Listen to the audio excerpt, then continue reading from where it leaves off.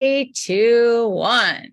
Hi, everyone. Thank you for joining us tonight. We're happy to have you with us. Tonight, we're going to be talking about something different. It's a new class for us, so we're kind of excited about it.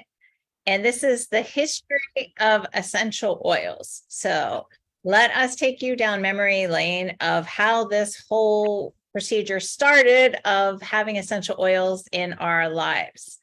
Now, we're going to start with some information Rochelle has for you, and then I'm going to show you some things that I found from YouTube that I think you'll really enjoy. So take it away, Sunburnt Crown. Okay, hi everybody, welcome to our class. I wanted to give you some information that I found, but first I want to make sure that everyone understands that we don't diagnose, we don't treat. The essential oils, the class that we're giving today is facts. It's the history of essential oils. And so some of the information that I have, it dates back like 5,000 years. So if you have a little bit of a history, knowledge, Egypt was incredibly ahead of their time. They used essential oils as far back, like I said, 5,000 BCE, but they used Uh-oh, she froze. Oh no. Switch. All right, we'll put her on hold. Okay. You're back. She came back. Am I back? You're back. Okay. Girl. Maybe I touched something. I'm so sorry. Oh, look, I got the message. My internet is unstable. Okay, here we go. I'm unstable. Okay. I love you. So Egypt used for a lot of different ointments, and the two oils that they used were olive and sesame. So some of what you may have heard, or that frankincense and myrrh, they used in the embalming process, and that started about 3,200 BCE. But what I found most interesting was the Indus Valley civilization. They were actually Southern Asia, which was really the continent of India. I shouldn't say continent, India, because I'm not sure. And Punjab, Pakistan, that particular region. And so they were using essential oils as well, different ways to support your body. They found a still, which is an ancient picture in 1975 that depicted them using essential oils. So I thought that was really, really interesting. That particular civilization was actually, even though they were younger than Egypt, they were more advanced when it came to using essential oils. And I thought that was quite interesting. They date back 3,000 BCE, the Bronze Age. King Tut was another one. Uh-oh, we lost her again. So let me go ahead and show you a graphic. Oh, you're back. Oh, she's back. Okay, did I say anything about King Tut? Yep, You got the King Tut. Okay, so can you guys hear me? Let's Yes. make sure. King Tut had alabaster jars filled with frankincense and myrrh when they entombed him.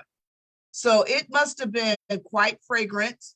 One of the things I do know, they would entomb also servants who weren't dead yet, poor guys, but at least it was probably an aromatic death on their last breath. It's not funny at all, but they at least, they had the frankincense and myrrh is part of that whole process for them being in there. Greek physician Hippocrates, 400 BCE, he was actually using essential oils when he was a physician and he was using it in treatment. One of the authors, modern day authors that I follow is Jen O'Sullivan. She is certified in aromatherapy and French medicine, and the French have made inroads in regards to that. So when you go again back to Europe, 100 BCE, Rome, again, frankincense and myrrh was also used, and the dates back to 100 BC. So they're using these essential oils for different, to support the body physically, but also emotional treatment as well. Of course, if you are a history buff, that would also include the Bible. So you've got Bible references in regards to frankincense, myrrh, oh gosh, one that I recently started using, I can't even remember now. Cedarwood. Cedarwood? No? Yep, you got that. Cedarwood, yeah. So I love, when we have the references, and then when you're doing any Bible reading, it's fascinating. But then I go back to some knowledge I can dig up and things that I can add in, my own Bible study routine. If you know anything about thieves, our thieves line, this dates back to 1340 AD. The bubonic plague, also known as the Black Plague, was underway, and apothecaries, these are modern day, they were ancient pharmacists. They figured out how to use essential oils in order to rob the dead of their belongings and not contract the plague. And the legend says that their sentence was reduced because they shared what that formula was, so that they could, unfortunately, rob the dead and the dying, of this horrible disease. So you've got some of those particular types of things that went on. 1910. So now we're in, the 19th century. Yeah, they had a doctor who used the oil, lavender in particular. What we've learned in our classes, how lavender is regenerative. And Dr. Jean Gottfossi, I'm probably pronouncing that incorrectly, but he used lavender as a last resort, surprisingly, and it actually healed his arm without any scarring. So his last name is Gattfosse, Dr. Rene Gottfossi. And so he was actually the person who coined the phrase aromatherapy, and that was in the 1920s. We've got Dr. Jean Balnett. He published different materials on how essential oils, the aroma of the essential oils, and almost every single essential oil, some of the research I did, they're all going to emit an aroma. But because of the constituents, those aromas provide support to your body or your mental state. And that was what Jean Balnett published, how it assisted in the psychiatric patients. He used it for that. And that was in 1964, believe it or not. And then a little bit more recently, 1974, Derringer conducted a study on how the essential oils affect the central nervous system. And of course, lavender being one of my favorites, again, very calming, not just regenerative to your physical, but very calming to your mental and emotional state as well. So I really, really enjoyed reading about that. I also found, okay, now I got to find my notes, Chris. I'm getting worried. No, that's okay. Stay tuned, because a lot of what she said you're going to see in movie form coming up soon. Yeah. Hyssop. That was the other one I was going to say. Hyssop. I was using that. Yeah. So I really like that. So that's some of the lessons, or one of the lessons I found in my books. I'll share that with you. The Truth About Essential Oils. And that's by Jen O'Sullivan. So I really like learning. That would one of my wish lists to, go to France, learn a little bit more how the essential oils work. I'm learning a great deal just being on this essential oil journey with Young Living, the distillation process. I won't go too deep into that, but it's really been an incredible, just a history lesson on how the oils, how they really do work for you, how your body benefits, and how you shouldn't wait to use them, but use them. Start your day, morning, noon, and night, sunrise and sunset, the benefit that you get from them. Okay, so that's all I have right now, Chris. Okay, that's fine. So I'm going to show you guys a few things here. Let me share my screen with you. First of all, what are we talking about tonight? Here is our title. Oh, that is not our title. This is our title. The history of essential oils. And as you can see, these are hieroglyphics going way back to Egyptian times. But here's some of the things that Rochelle was telling you about. Pliny the Elder was a Roman. This was in Italy, 100 CE. He wrote his natural history of how he used herbs and essential oils. And then you go to Persia in 1000, we're talking about more than 1,000 years ago. This physician produced floral essential oils as rose essence with steam distillation. So he was one of the ones who, as the movie we're going to watch talks about, learned how to get the most out of the essential oils with the least product to get the most by this steam distillation. And that is what Young Living does for their oils. So let me go ahead and show you just some things I found on YouTube that I want to share. I'll put the links in our chat after the class so that you can look at these yourselves if you want. This one is by Aroma Hut Institute. So let me get it up here for you, and I will share it This is with gonna you sound a little nuts. as soon but as the we get fastest and easiest way to through make the ad. pasta Sorry about already that. on Amazon. Okay, we're skipping the ad In now. ancient times, All right, essential oils and other aromatics Hold were on used one for second. religious ritual. let me start her again so you guys can hear the whole. This is just a cute little preview video that I think you'll enjoy. It's just a basic one. Then there's a one that's a little more in depth that I want to show you. All right, this is a history of essential oils that you can watch on YouTube by Aroma Hut Institute if this interests you and you want to see it at another time. So everybody can see the screen, right? You guys with me?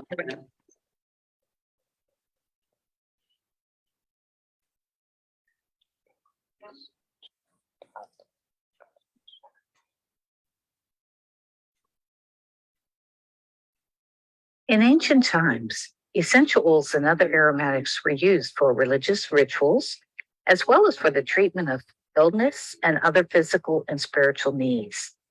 This included the ancient uses of perfumes in these practices. According to the Essential Oils Deaths Reference, records dating back to 4500 BC describes the use of balsamic substances with aromatic properties for religious rituals and medical applications. The translation of ancient papyrus found in the Temple of Edfu, located on the west bank of the Nile, reveals medicinal formulas and perfume recipes used by the alchemists and high priests in blending aromatic substances for rituals performed in the temples and pyramids. Hieroglyphics on the walls of the Egyptian temples depict the blending of oils and describe hundreds of essential oil recipes. Within these writings, tales of scented barks, resins of spices, and aromatic vinegar, wines and beers that were used in rituals, temples for embalming, and medicine. The Egyptians were credited as the first to discover the potential of fragrance and were considered masters in using essential oils and other aromatics in the embalming process. They created various aromatic blends for personal use, placing them in alabaster jars, a vessel specially carved and shaped for holding fragrant oils. When King Tut's tomb was opened in 1922, 350 liters of oils were discovered in alabaster jars. Amazingly, because of the solidification of the plant waxes, the liquefied oil was in perfect condition. Okay, so that's just a little review of the history of essential oils that I found quite interesting. It's nothing new. Essential oils have been used. Like Rochelle said, we don't cure, treat, nothing. We're not medical doctors, so we're not saying any of the oils do that. Some of the videos you're going to see, they might claim those kind of things, but we're just giving you the information. that we have. So there's another little video that I want to show you all that is a little more in depth with history. So let me go ahead and show that to you guys. And let me see if I can get in here better. Okay. Got that one going. And I want you to look for a mention of sage, thieves, clary sage, and lavender. All right, everybody got those in mind? So this is a little more in-depth video, but we're talking about the history of essential oils. So I'm going to bring it up. I'm going to mute myself for a second in case it brings an ad up for you. But this is also from YouTube. And the person who put this out here is called David Beer. And it's Gold of the Ages, Amazing History of Essential Oils. So let me bring it up for you in a second.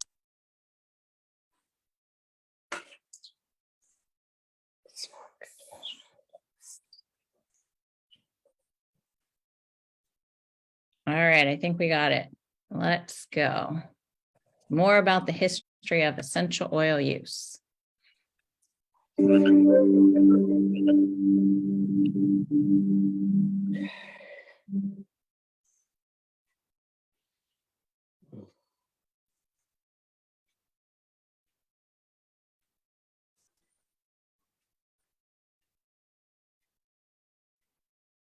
Since the beginning of time, plants have played a vital role in the physical, emotional, and spiritual well-being of humankind.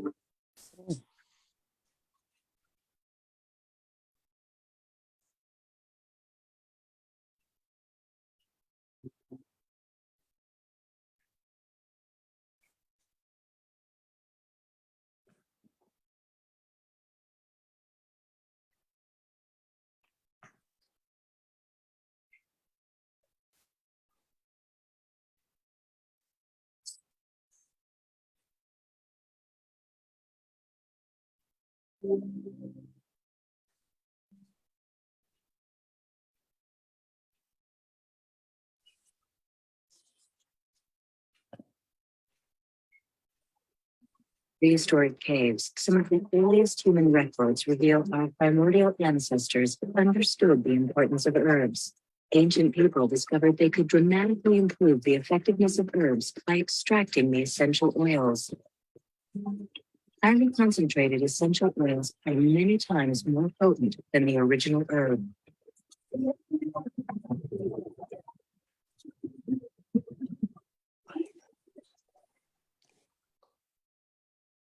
The Egyptians used animal fats and the heat of the sun to separate essential oils from plants. In Pakistan, refinements in distilling allowed essential oils to be produced at night and in much greater amounts.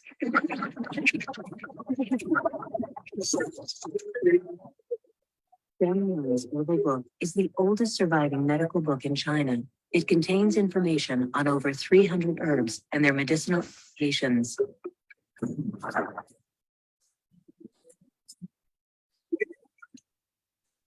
The Iris, an Egyptian medical scroll, reported over 800 remedies for many types of illnesses and described various methods of applying essential oils. Queen Hatshepsut's expedition to the legendary land of Punt was one of the greatest adventures of antiquity. Her army brought back wondrous riches. The greatest of all the treasures was the grove of myrrh trees, which were brought back to Egypt as gifts to the gods. I have commanded my armies to explore for choice ointments to express it for the divine limbs. Heaven and earth shall be flooded with pure scents. When King Tutankhamun's tomb was opened, archaeologists discovered alabaster jars designed to hold precious essential oils that were valued above gold and jewels. Stretching some 2,400 miles, the Frankincense Trail winds from southern Oman through Yemen's high mountains, across the dismal dunes and black volcanic deserts of Saudi Arabia, and ends on the borders of Israel. Huge caravans with thousands of camels loaded with precious frankincense and other aromatics traveled the treacherous trail as world kingdoms rose and fell from power. It is estimated by historians that more than 3,000 tons of frankincense may have been transported over the trail annually. In ancient Greece, Hippocrates was commonly known as the father of medicine. I believe that a daily aromatic bath followed by a scented massage will promote good health. Hippocrates saved Athens from a devastating plague by fumigating the city with aromatics. After Alexander the Great defeated Darius in Persia, he adopted the use of essential oils. It is said that his floors would be sprinkled with scented waters and that his clothes carried fragrant resins. Alexander was very skeptical of medicine and doctors. I am dying from the treatment of too many physicians. It is recorded in the New Testament that 3 wise men visited the newborn Jesus and presented him with gifts of frankincense, gold, and myrrh. Pliny, a Roman historian, wrote a book titled Natural History that describes the uses of herbs and essential oils. It is the belly, for the gratification of which the greater part of mankind exist, that causes the most suffering to man. No wonder then that the belly should have to be indebted to the aid of medicine in the very highest degree. An Arab physician named Avicenna improved the quality of essential oils by developing steam distillation. The evolution of steam distillation dramatically improved the quality and quantity of essential oils that were produced. Use of essential oil through the Middle Ages. Saint Hildegard, an herbalist, wrote, "Causes and cures for illness."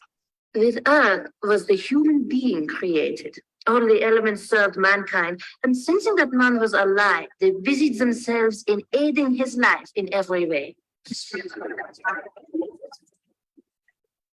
During the medieval plague, 4 thieves in Marseille robbed the dead without becoming sick. When captured, the men revealed a mixture of aromatics they used to protect themselves against the deadly plague. The thieves' secret formula was posted for everyone's benefit. By the late 1800s, pharmaceutical researchers began to isolate the active compounds in natural remedies. By the early 1900s, impressed by synthetic drug manufacturing and quick fix treatments, the public shifted allegiance to allopathic medicine. During this time, the knowledge and use of essential oils were largely forgotten. A terrible accident in his laboratory caused Dr. René Maurice Gattefossé, a cosmetic chemist, to be burned severely. He covered his burns with lavender essential oil.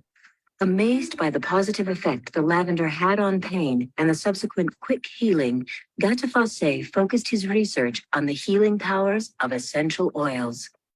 Dermatological therapy would thus develop into aromatherapy, or a therapy employing aromatics in a sphere of research, opening enormous vistas to those who have started exploring it.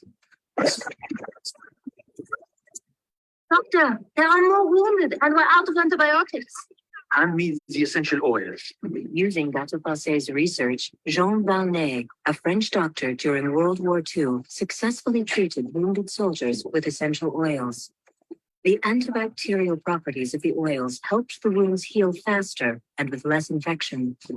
In recent years, both doctors and the public have rediscovered the medical value of essential plant oils. The idea of using their properties to maintain or regain health goes back to antiquity. Dr. Jean Lepraz, a student of Dr. Valnet and a member of the prestigious phytoaromatherapy research team in Paris, discovered that microbes could not survive in the presence of some essential oils. Essential oils are especially valuable as antiseptics because their aggression toward microbial germs is matched by their total harmlessness to tissue. On a personal quest to discover the keys to health and longevity, Gary Young traveled to Europe in search of lost essential oil knowledge. Returning to the United States, Gary Young was determined to restore the forgotten therapeutic secrets of essential oils. I returned home from France. I brought seeds with me. I had a little quarter-acre of land in Spokane, Washington. I built a small greenhouse and I started experimenting. In this 1/4-acre garden, Gary Young cultivated sage, clary sage, thyme, lavender, bergamot, tarragon, and German chamomile. Gary built his first essential oil distiller by welding 2 pressure cookers together with a swan neck of copper pipe. The distiller was placed on the kitchen stove, and the water for the cooler came from the kitchen sink. Once I confirmed that I could grow and produce therapeutic quality essential oils, I had to have more land. And I found a 160-acre ranch in the St. Mary's area that was virgin soil, and that began the future. Structuring their growing business, Gary and Mary Young formed the company Young Living Essential Oils. Seeking additional fertile land to produce high-quality essential oils, Young Living Essential Oils secured a 1,600-acre herb farm in Mona, Utah. I knew in order for us to have the quality of oils that I wanted to produce, that I would have to create my own equipment. So I designed and built the first stainless steel vertical distillery that maintains and captures those finest molecules for the therapeutic action of pure essential oils. Due to the unmatched quality of their essential oils, the business grew rapidly, and Young Living Essential Oils expanded into Canada and opened the Australian and Japanese markets. Dr. Terry Friedman, former medical director of the Phoenix Health and Medical Center, established through scientific research that attention deficit hyperactivity disorder in children could be successfully treated with essential oils. Around the world, hospitals and medical clinics are implementing aromatherapy and essential oils. Dr. Alan Hirsch, director of the Smell and Taste Treatment and Research Foundation in Chicago, said that the future of medicine lies in aromatherapy. In the very near future, according to Dr. Hirsch and other leading medical professionals, every home medicine chest will contain essential oils. As a global leader in the research and development of innovative essential oils, essential oil enhanced supplements, and health-related products, Young Living Essential Oils empowers individuals and families to achieve their highest potential and enjoy increased physical, mental, emotional, and financial health. Essential oils, a gift from nature, the healing essence of life. With Young Living Essential Oils, the golden past of essential oils becomes your golden future.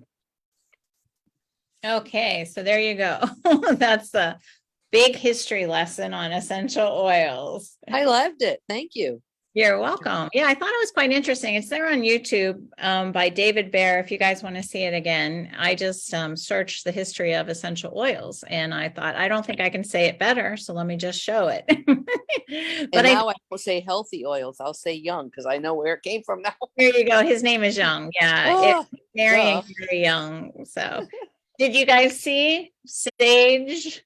I thought that was interesting. Clary sage and lavender are some of the oils he started growing to start with. Because of course, Young Living is the only company that grows their own oils, has their own clean soil, and really watches the seeds, picks the best of them to replant. And Is then he still alive, Chris? he died Are a they- few years ago, but I met Yeah. Mary when I went out to Utah. We got to go out to Utah in October, I think it was, to a special gift weekend that we had, myself and 5 friends. But then Thieves was in there too. Yeah, but we got to meet Mary, got to talk to Mary for a few minutes. She's very down to earth, very nice person. Go ahead. I had a Bible study with an older lady, and she was with Gary Young when he first started out, and she sold the oils. And she said he was such an interesting man. She went on and on about how he had to keep learning. He was constantly wanting to learn new things. Yeah, it was very interesting to listen to her. Yeah. Did you want to say something, Debbie? Go ahead. I just wanted to ask, so to keep the level of quality that they're known for, is it a family? Did it go down to a family, or who's really in charge to make sure It's now? Just wondering. Yeah, no, he was Okay. like the CEO. I mean, it is a big business now. It's Sure, huge. sure. But she's very much involved in the business still. Oh, she's still health. Okay, good Yeah. for her. Very much involved, and she's a very fun person. We got to talk to her for a little while. It was really, really nice. But I think Rochelle might have some more information for us. What do you got for us, Rochelle? I see her thinking. She's thinking. She's Yeah. thinking. I know. She's muted me out probably. She's Rochelle, you got something else you wanted to share? You're Frozen, muted. Sorry.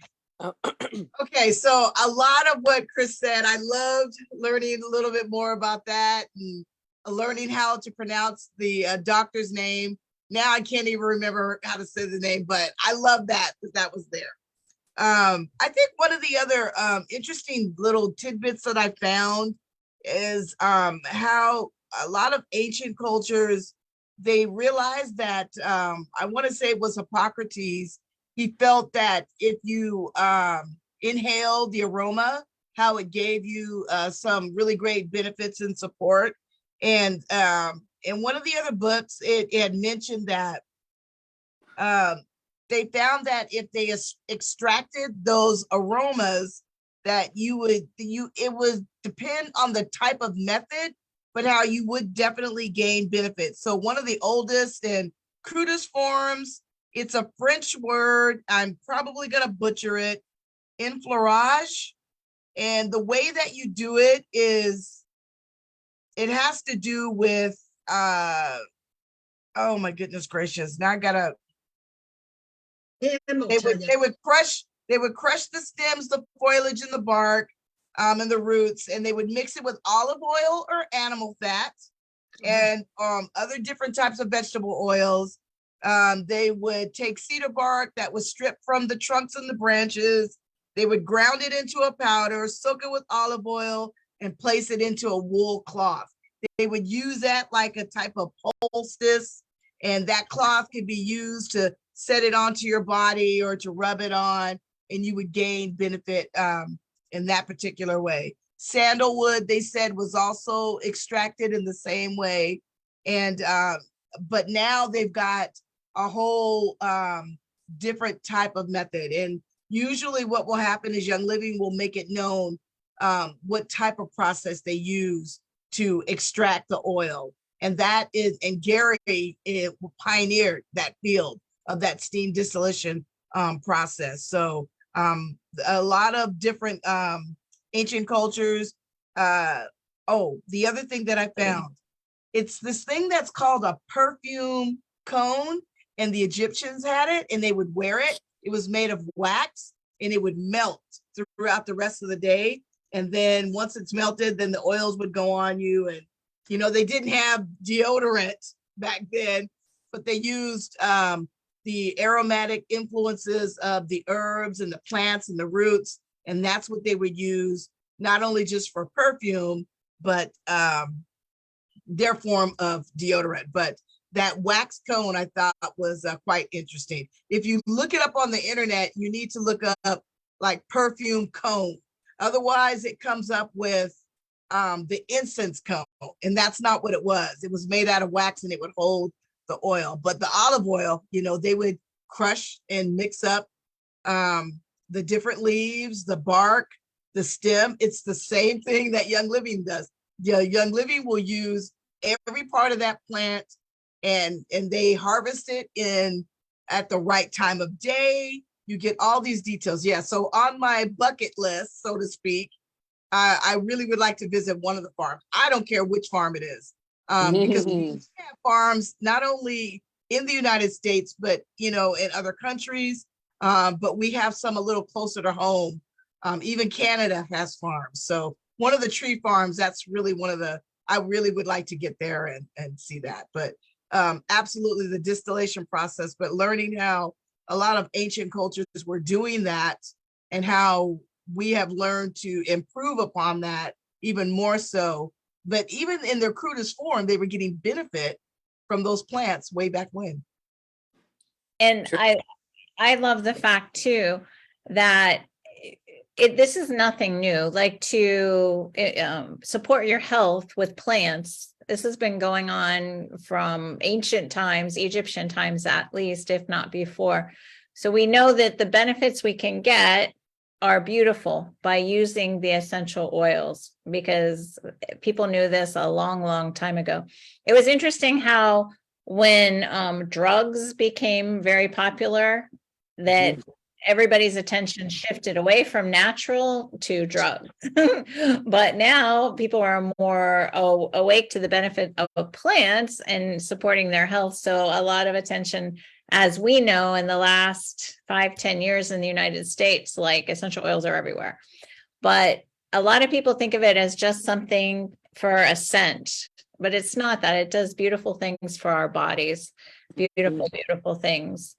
And how, when we eat oregano, I mean, that's really good for us. But when you can get oregano essential oil, it's like so many times stronger. 1 drop of oregano essential oil, you could never eat enough oregano to get the benefit as you would from that 1 drop of essential oil. So that's why the steam distillation is so good, to get more oil to share, you know, for them to sell, for all of us to have. But it's just so much stronger on the body, the benefits of it. But I think I'm going to say goodbye to the people on Facebook, and we're going to have some chats here. Bye. Thanks for joining us. See you next week.